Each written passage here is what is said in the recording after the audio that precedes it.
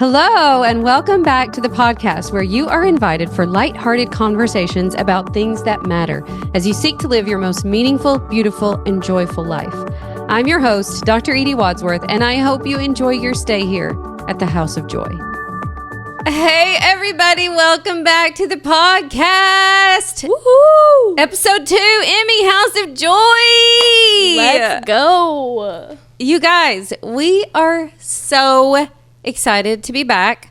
Today we're talking about New Year's resolutions. The new year, baby. The new year, baby. We're in it. I know, we're in it. Happy 2024, by the way.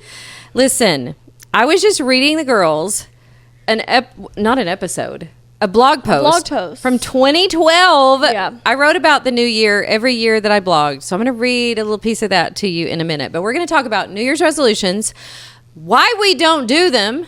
Yep.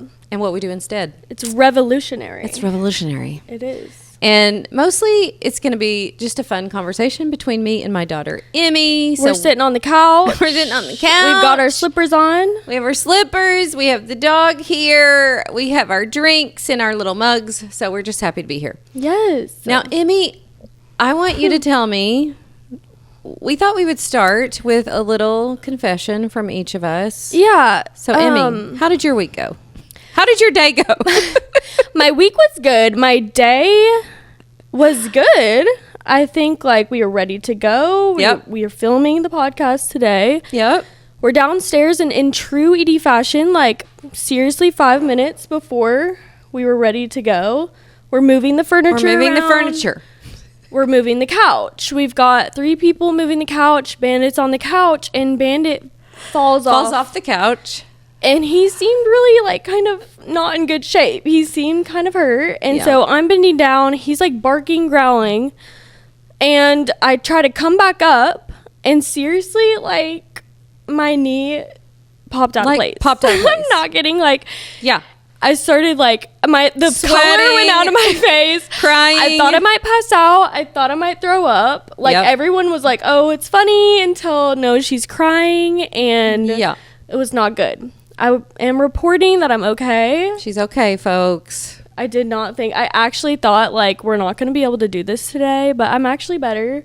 Yes. Hopefully you can't see my puffy crying eyes from the view. But she did say a minute ago, she goes, "Gosh, I hope you can't see the 3 layers of concealer that I had to put on to conceal that I've been crying." But she's better now. Yeah, so nothing like that type of thing to just throw you into a situation. Yeah, and to remind you that you're getting older. This is what happens to us old people. We just hurt things randomly. We said the devil was trying to... Yes, the devil is trying to take down the House of Joy. He knows that this podcast is about to make waves, and he's not ready for it. He's not ready.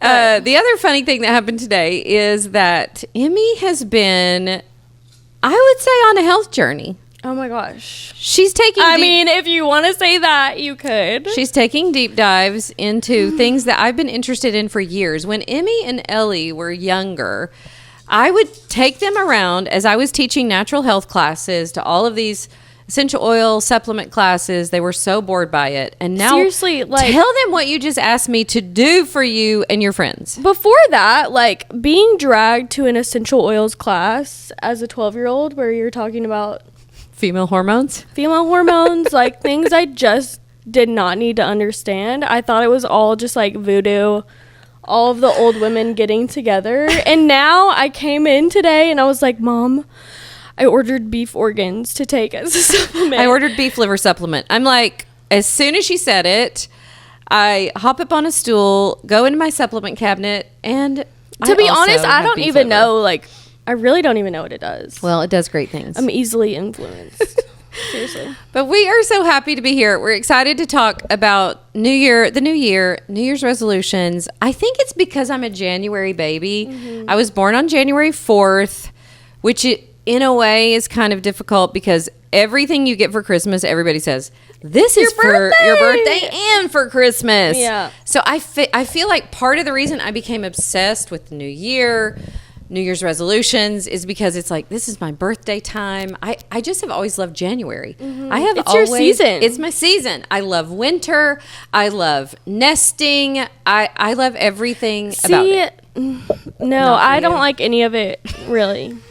to be honest. It's cold. Like, seriously, right now my feet are frozen. I'm not okay.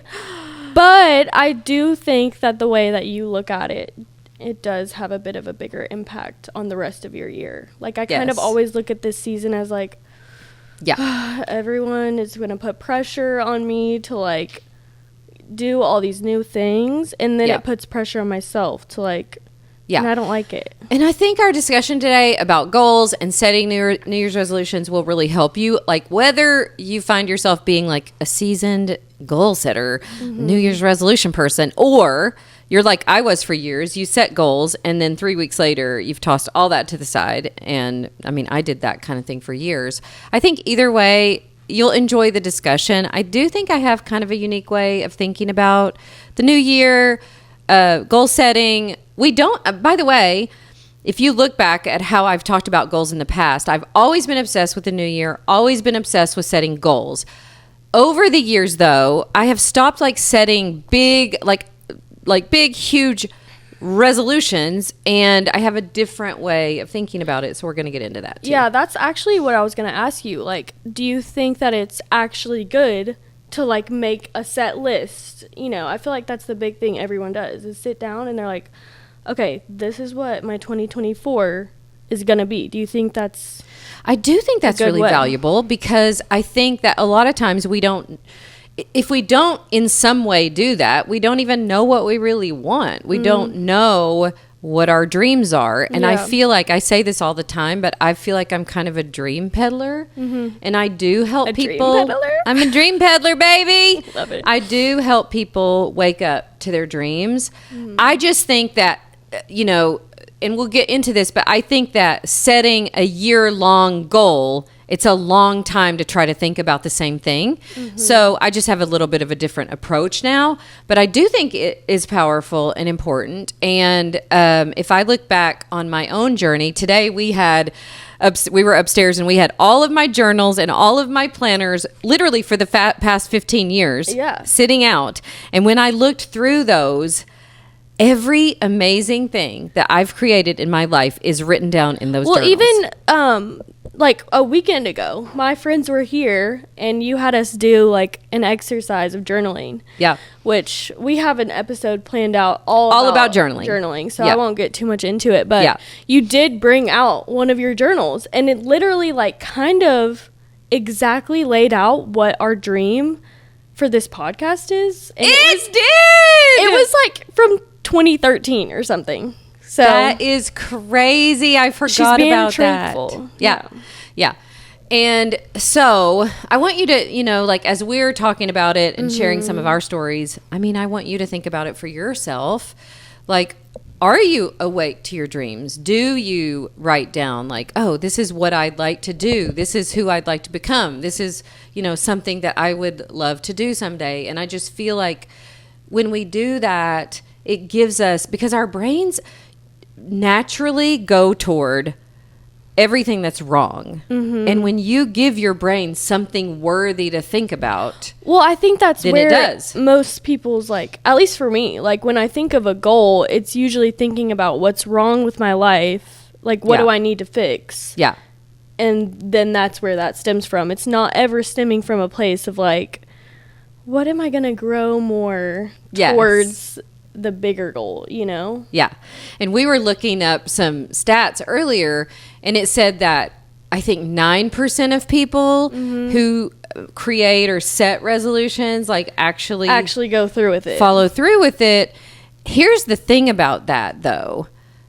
I think that's part of the reason why I feel like I have a better method for doing it, but also here's the other truth. And there's a lot of good statistics about this with journaling. The truth of the matter is, unless you write it down, you have almost no chance of doing it. Because it's never... Because you never think about it. Conceived of it or wrote it down. So I think that statistic can be a little bit deceiving. It can be a little bit like, well, why would I even do it? Well, at least you have a 10% chance of making your dreams come true. Now, I want to start this by talking about my biggest epic fail... Of like a New Year's goal. With a New Year's resolution. Yes. Okay. I've had a lot of epic fails. I mean, I feel like if you're not failing at a lot of them, you're probably... I honestly feel like most goal that I set for myself in January, by around April, she's out the window. Are you kidding me? Most people by February. They always say that too. Like, if you walk into the gym in January and it's crowded, don't worry, it won't be in February. No, it never lasts. It won't last. Yeah. But I have had this goal. Well, I don't have it now because I've learned a lot about goal setting and resolutions. But I had this goal forever that I was going to run a marathon. Now, forever, I have loved to run. Your dad and I have run so many half marathons together. I know. That's crazy because that feels like so not a part of my lifetime. I know. Because I was little. But Dad and I loved running races together. It's funny because the first half marathon we ever ran together, I was having a lot of foot problems. And Stevie, he's a foot doctor. So he brings a shot of Marcaine, like a steroid shot, drives it in the car. Classic. When we get to the race, he puts a shot in my foot so that I can make it through the race. So we're sitting in the car and I'm like bracing myself and he's putting a shot in my foot. Anyways, Dad and I have run a lot of races together. Not your typical half marathon story. No. But I put that on my list, I think, for 10 years. Run a marathon. Yeah. Did I ever run a marathon? Well, no, I did not. No, you did not. You did run a half marathon. I ran several half marathons. We just ran one together. You and I and Taylor ran one last year. And you guys, I think in that run, thought to myself, someday maybe I still will run a marathon. But after that race, I got to mile 11. First of all, you guys were so far ahead of me that I was running by myself. That's a little bit of a stretch. Taylor was so far ahead. I was a little ahead. You were ahead of me. I got to mile 11. This was in Nashville. Mm-hmm. And I saw the medical tent. And I said to myself, do I need medical attention? What could I use as an excuse to get medical attention? Bandit he's excited. It's okay. Yeah. So I was like, I was really questioning for myself. Do I need medical attention? I don't feel that well. Yeah. But I knew it was mile 11. We're getting close, for it to be done. So I kept running. I finished it. But after I finished that race, I was like, nope.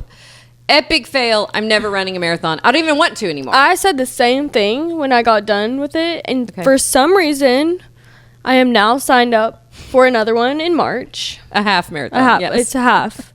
I don't know if I could ever actually do a full marathon. That feels like a sort of suffering that I don't know why you would ever put yourself through that pain. Yeah. A half marathon feels like a challenge. It's definitely hard, but you could do it, Yeah.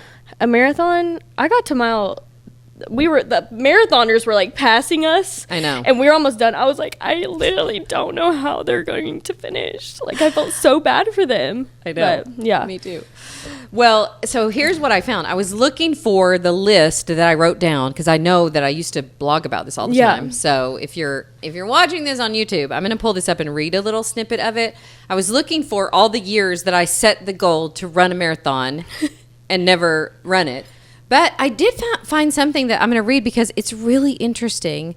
And I think it'll give you a little bit of perspective of like my own heart with the new year and fresh starts and all of that. So let me just read a little snippet from the old Life and Grace blog. I am a complete sucker for a fresh start. The new year is like manna from heaven. I'm overwhelmed with list making and dream seeking and soul searching. Hope swells and washes the memory of past failures clean. I couldn't care less that I have made this same list 20 times before and didn't follow through with it. As a matter of fact, this tendency toward renewal and resolution isn't even our idea.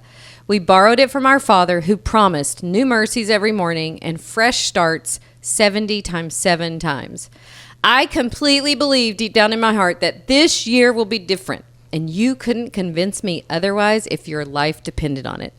Despite the fact that I made this same list when I turned 40, I still haven't run a marathon or made homemade bagels. Now, we're going to stop because that's true. At that time, I still had not run a marathon. I still haven't. But what did you walk into this morning? No joke, y'all. And you had not even looked at. I had not even looked that up. You did this like another. I started the bagels last night. No, she was making homemade bagels today. Bagels. So the devil tries, but Edie Wadsworth tries even harder. She does. So we did get the homemade bagels on the list. That's pretty crazy. But I do love what you said. I think so many people look at New Year's resolutions and just are so down on themselves for not getting to it. Because the majority of the time, I mean, like I said, any goal or resolution that I've ever set, it's almost like setting yourself up for failure if you look at it that way, because you're probably not going to actually stick with it for that long. Maybe for a little bit. But the way you framed it, even that long ago, was like, I'm gonna keep doing it, baby. That's like such a lesson. It's funny too, because when I was practicing medicine, one of the things that I noticed, I helped people like lose weight and stop smoking. And one of the things that I noticed back then is that people who successfully stop smoking stop like 10 times before they actually get to the last one. And so if you're on your 10th time to try to make that change or lose weight or stop smoking or run that half marathon, if you're on your 10th try, you're so close to getting there, instead of seeing it as, well, I just keep failing. Every time I say that I'll do something, I just keep failing. And I do think that's the difference often between people who really watch a lot of their dreams come true, is we just don't give up. You just keep year after year trying. You keep believing that this time it's going to be different, and your like courage and tenacity to just keep showing up to your life and keep trying the thing that you want to do, I think can be so powerful. So I love helping people reframe it, instead of saying, well, I set these goals and I never follow through. Yeah, but you're so much closer to following through if you just keep at it. Yeah, I love that. I love that so much. I want to read one other little snippet of this, because I think it's really important. Isn't part of the reward of our New Year's lists the longing and planning and hope beyond all hope that this year surely things will be different? The gift is there already in the courage to believe. And when I fail, and I will, I fall hard into the hands of grace.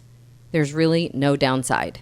And even if you don't buy into my abiding optimism, what's the worst that can happen? What if I don't keep my resolution to read 42 books this year? What if I'm a complete failure and only read 30? And what if I set out to run a marathon and only manage to run a 10K? And what if I still don't make those bagels? Here's why it doesn't matter. God has given me everything I could possibly need in his Son, and I am forgiven and blessed with every good gift from him. The rest is icing on the cake.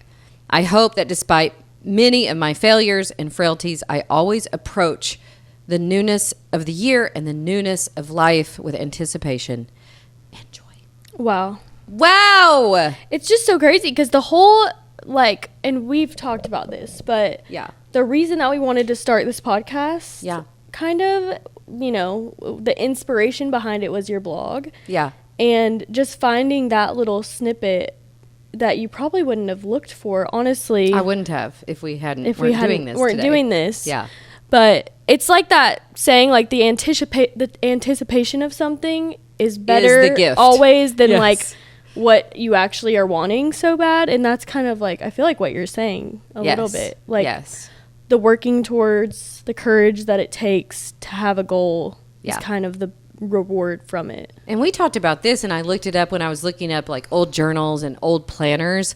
When I first started this journey, I would get a new planner and be so excited. Like, and I would tell myself, like, I'm a person who starts a lot of things. Well, come February, I wouldn't fill out as much of the planner. And then, like, slowly dwindles down. By the time April would come, there's like blank planner from April till December. That's still where I'm at. That's okay, girl. So, but here's what I will say. I just kept at it. And maybe the next year I would get till May.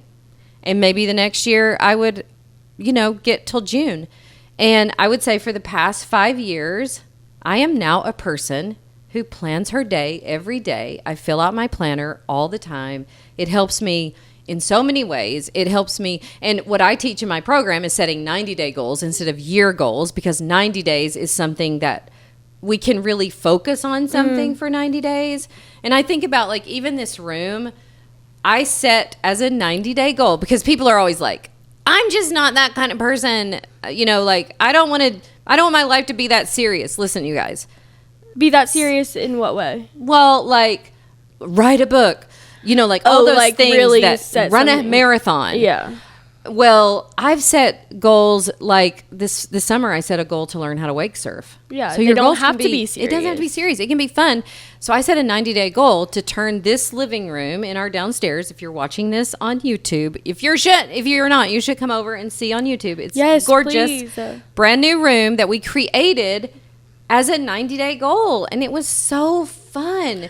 Like dreaming it up and deciding like what I wanted the room to be for. Yeah. And the crazy thing is, at the time, I couldn't have known that this would be where we like film this podcast. I know that was never. It was never in the plan. Cards. Yeah. And I just think it's so serendipitous that when we dare to say, like, hey, I would like a room in my house with a giant Johnny Cash picture that kind of reminds me of a honky tonk or a speakeasy. Mm-hmm. Like, that makes no sense, except it was the dream of my heart. Dream your dream. Dream your dream, baby. And will you explain, like, for maybe anybody that doesn't know what a 90-day goal, like, will you kind of explain how you set that up for yourself? Like, how you... Yeah, I read this book probably about 7 or 8 years ago. I was flying to Salt Lake City, and I read this book called The 12-Week Year.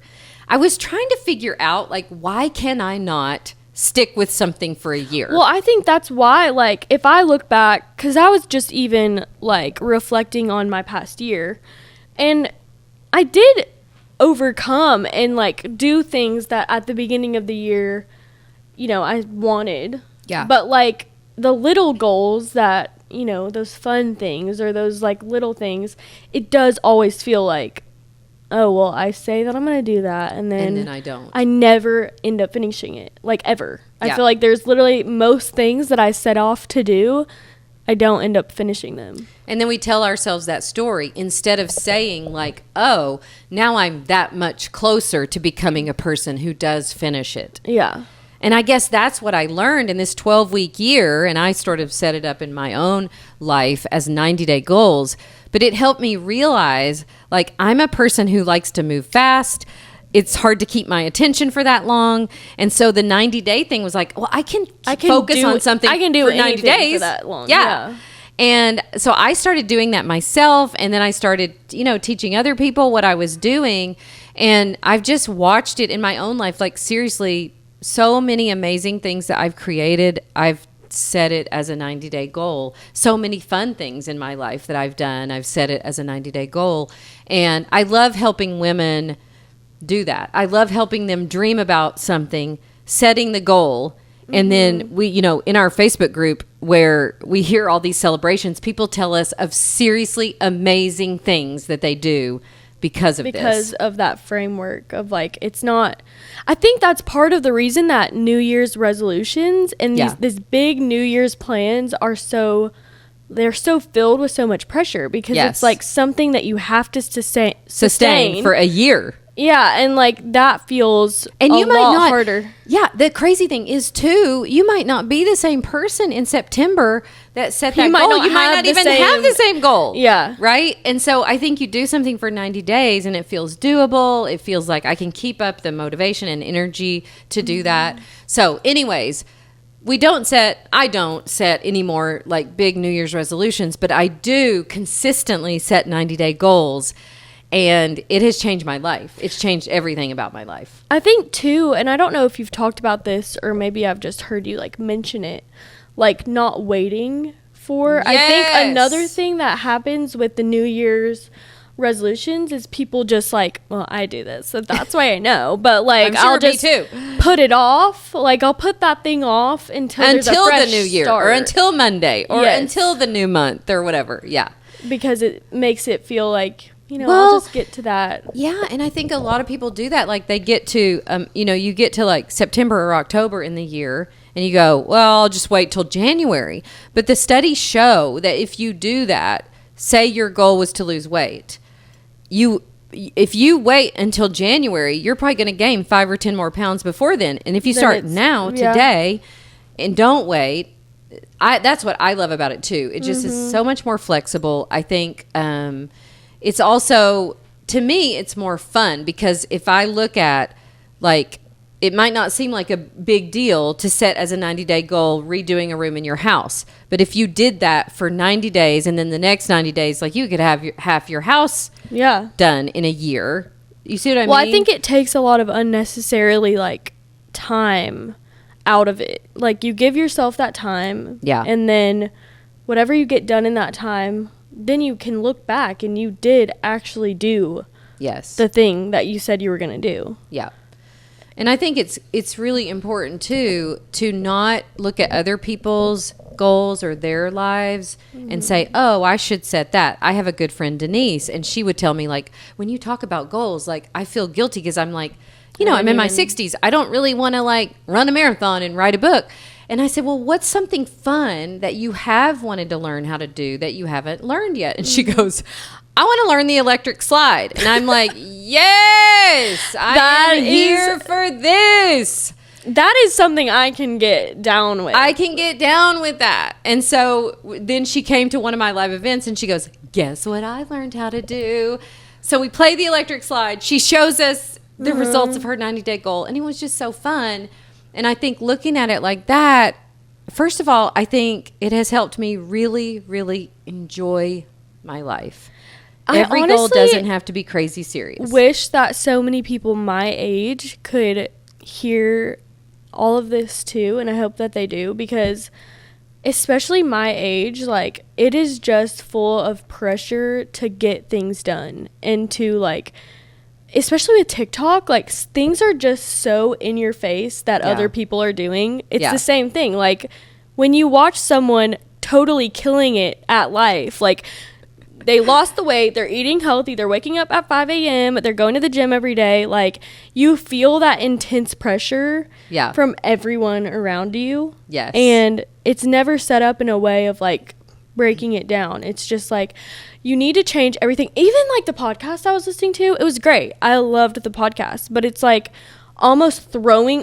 you need to basically change everything. Everything you're doing is wrong. And then once you hear that, you're like, well, I'm not going to change anything, because that feels way more overwhelming than just focusing on one goal. Well, and I think the other thing, and this is what I love to teach when I'm thinking about my own goals or teaching it, is we all have this thought in our minds, like, when I get to that certain weight, when I make that amount of money, when I write that book, when I meet that guy, then everything's going to be great. And that is a lie. And you can look at Hollywood. People who have everything, they have the fitness they want, the guy they want, the house they want, all the money in the world, and they're miserable. So the goal is not just to accumulate a bunch of goals. The goal is to become everything God created you to be, and to learn how to truly enjoy your life in the process. Because, again, this is called House of Joy.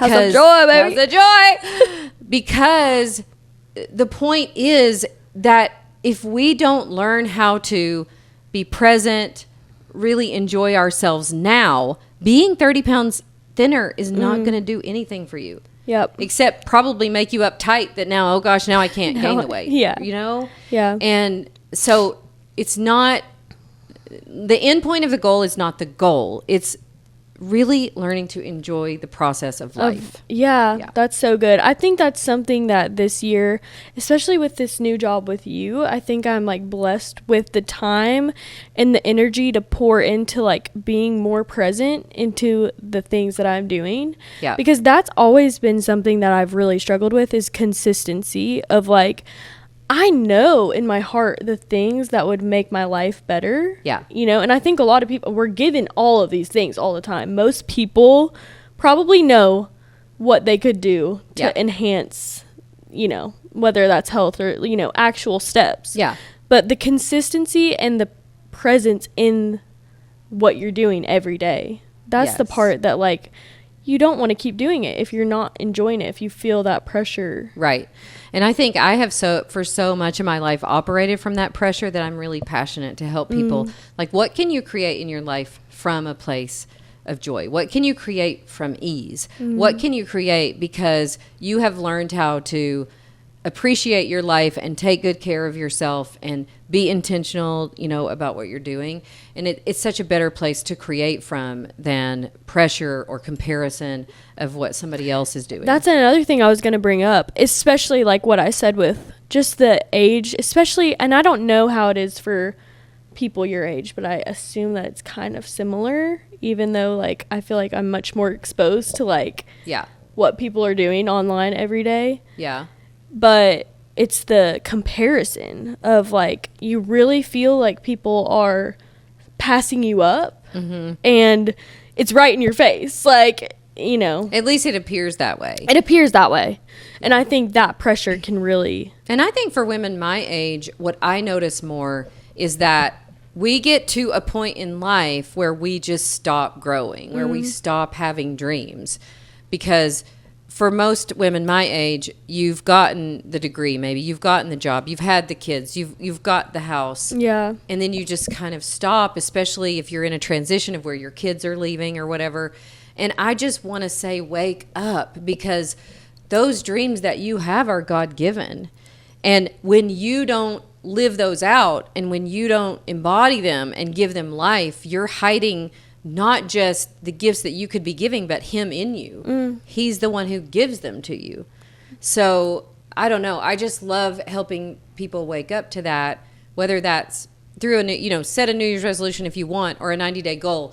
But whatever you do, really take some time to sit down and go, what do I really want? What wants to be born in me? Yeah. Like, what do I dream about creating? Who do I dream about becoming?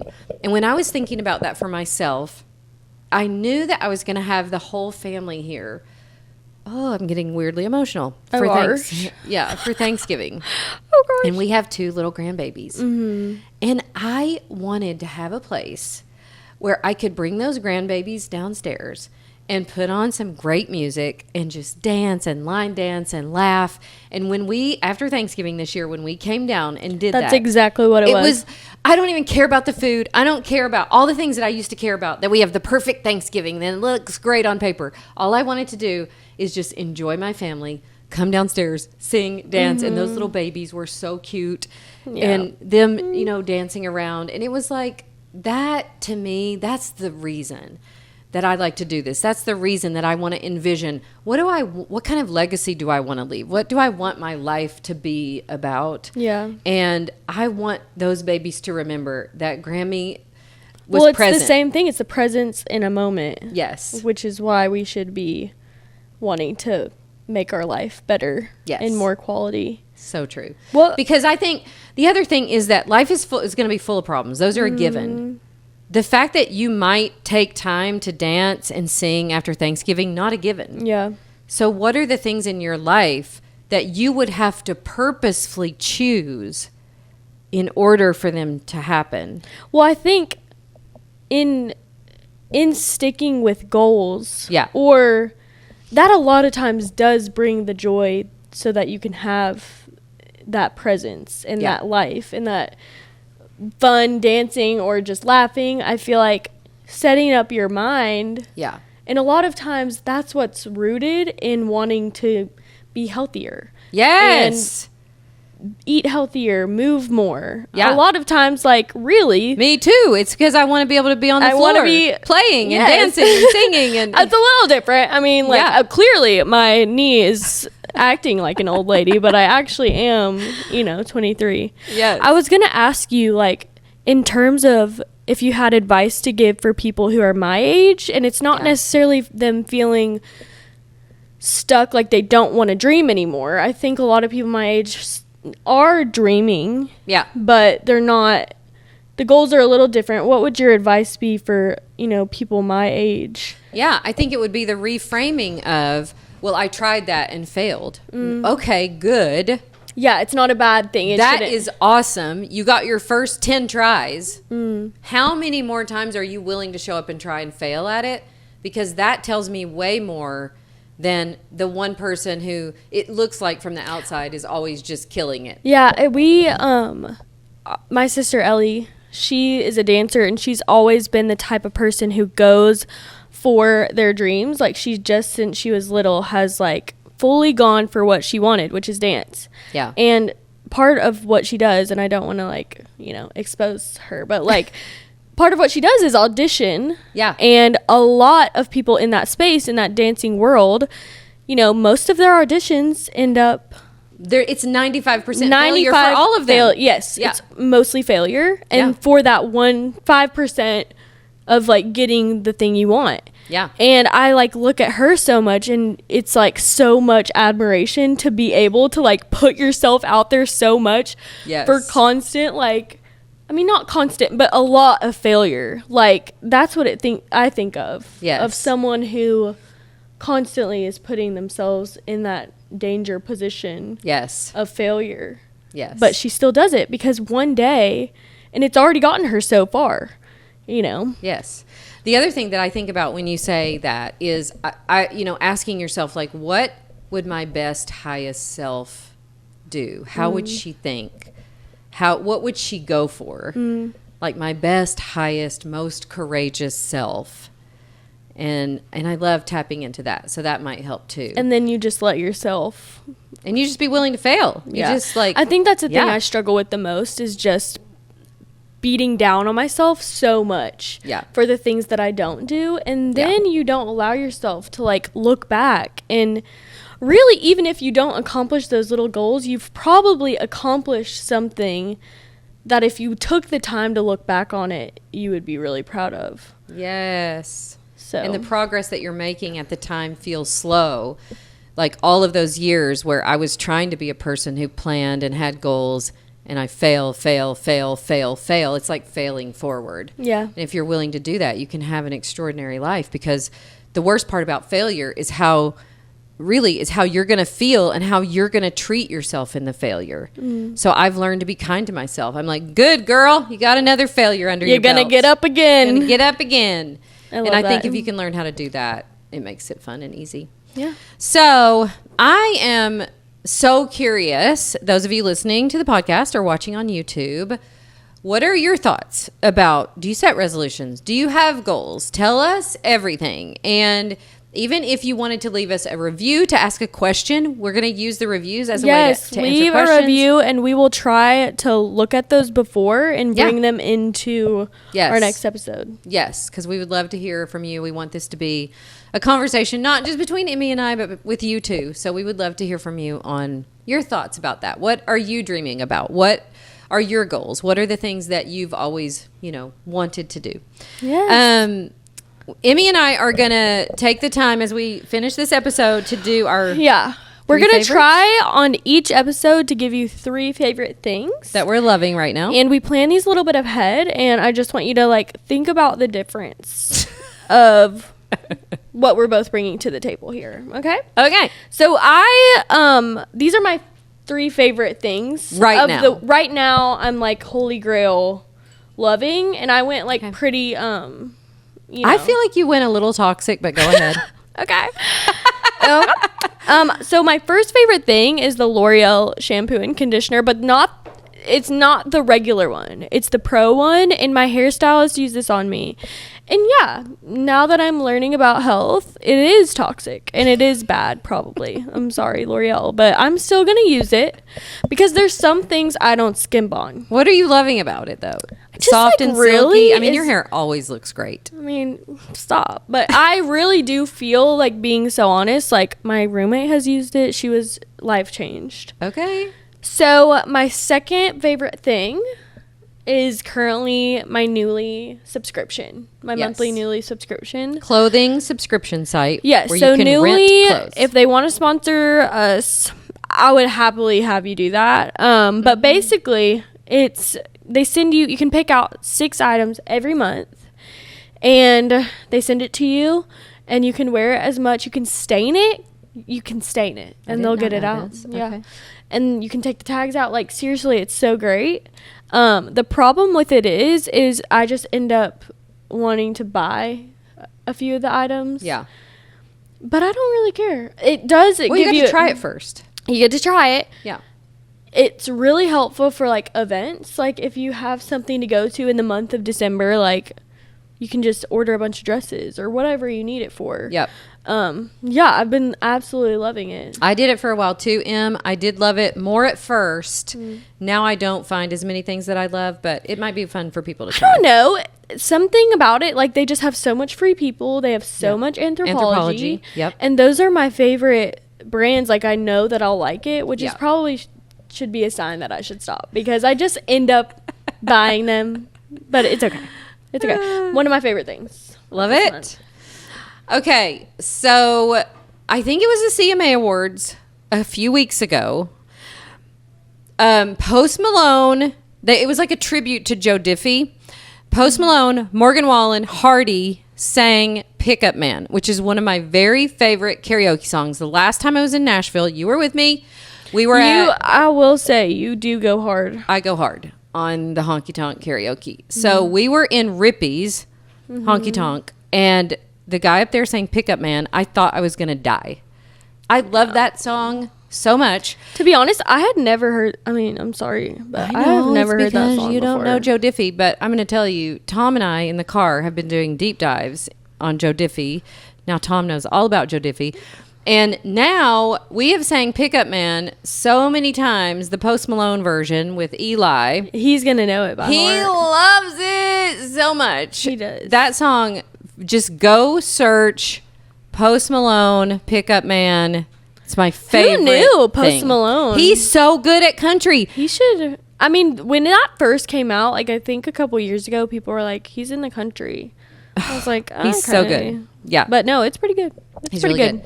Okay, my second favorite thing is a docu-series. Could you say it's a docu-series or just a movie series? It's not really a documentary, but I would say it's like a TV series or something. Yeah, so it's called George and Tammy. Can you tell I'm obsessed with old school honky-tonk You did make us watch the first episode, and it's compelling, I was not? very compelled.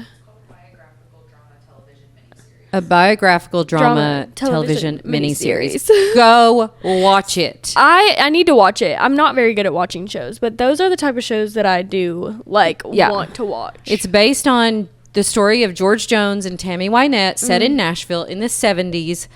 It is like the soundtrack to my childhood. It also is the inspiration, honestly, for this room because the decor, the outfits, I want everything Tammy Wynette wore. I know I work from home, but would I wear a cute mini dress with some white go-go boots on a Zoom call? For sure, 100%. You sure would. All her clothes are to die for. All the decor in that show is to die for. It is really good. It's really good. It makes you want to go back to that time. And George Jones basically is my dad. Like, when I saw him driving the lawnmower because he got his license taken away because of a DUI, He's driving on the road? He's driving on the road, a John Deere. And I'm like, this is so my dad. I cannot even tell you. So I'm sure that I like it maybe more than the average bear, but you guys were already No, it was good. I would want to keep watching it. So go watch George and Tammy. Third thing is this room. And we've already talked about this room a lot on this episode. But can I tell a story about this room? Tell me. Everything. I was at my my last job, which is not that old. It was a couple months ago, but I was there and I was talking to Mom on the phone on my lunch break, and she was like, Emmy, I'm turning the downstairs into a honky tonk. And I was like, okay. Like that did not, I didn't get it. I didn't get it at all. But then she was like, I want it to be like a honky tonk bar / karaoke / upscale speakeasy. And I was like, okay, she's gonna go for it. And then I walk down here, the ceilings are painted and it looks great. It really does. It's such a vibe. It's not what, when you say honky tonk, I know it's not quite honky tonk, I wouldn't say, but it is giving 70s speakeasy. 70s speakeasy. Let's do a line dance together. Yeah, and it does make me want to redo my whole room. And how many times have you and I done the boot scoot and boogie in this room already? Unwillingly, I would say, but we have done it a lot. I just remember the faces on some of my cousins that were sitting in this room. They're trying to play football or something on the TV. And all of a sudden, blasting. You come down the stairs. The music is blasted. Everyone's up dancing. You do create a vibe. Even when your friends were here last weekend, I made them all learn the boot, scoot, and boogie too. Yeah. So and you know, it's seeping into me because I did one time do the boot, scoot, and boogie in front of my whole office, in my corporate office, and then I got a little plaque and they said boot, scoot, and Emme or something on it. If this setup wasn't so hard to do right now, we could give a little demo, but maybe we'll include like a clip of us doing it or something like that. We could try. Okay. All right, you guys, that's it for this episode of the podcast. We love you so much. Thank you for listening to House of Joy. Yes, make yourself a house of joy. Yes. Have a great week. See you next time. See ya.